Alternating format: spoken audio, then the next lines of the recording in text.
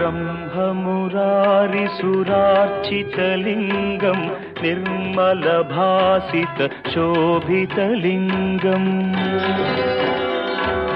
जन्मजदुःखविनाशकलिङ्गं तत्प्रणमामि सदा शिवलिङ्गम्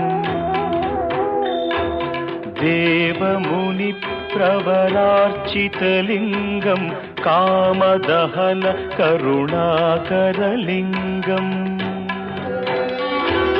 रावणदर्पविनाशकलिङ्गं तत्प्रणमामि सदा शिवलिङ्गम्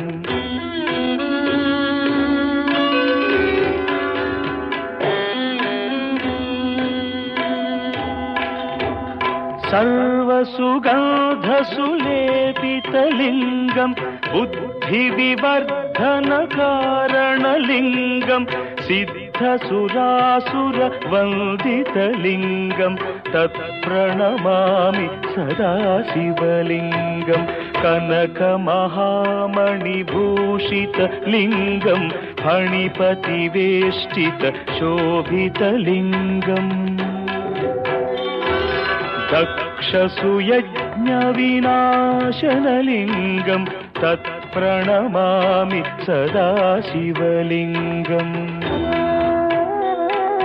कुङ्कुमचन्दनलेपितलिङ्गं पङ्कजहार सुशोभितलिङ्गम्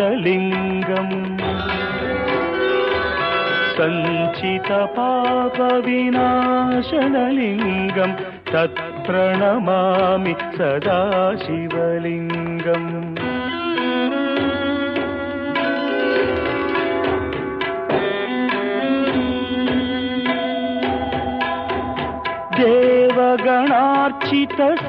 देवगणार्चितसेवितलिङ्गं भावैर्भक्तिभिरेव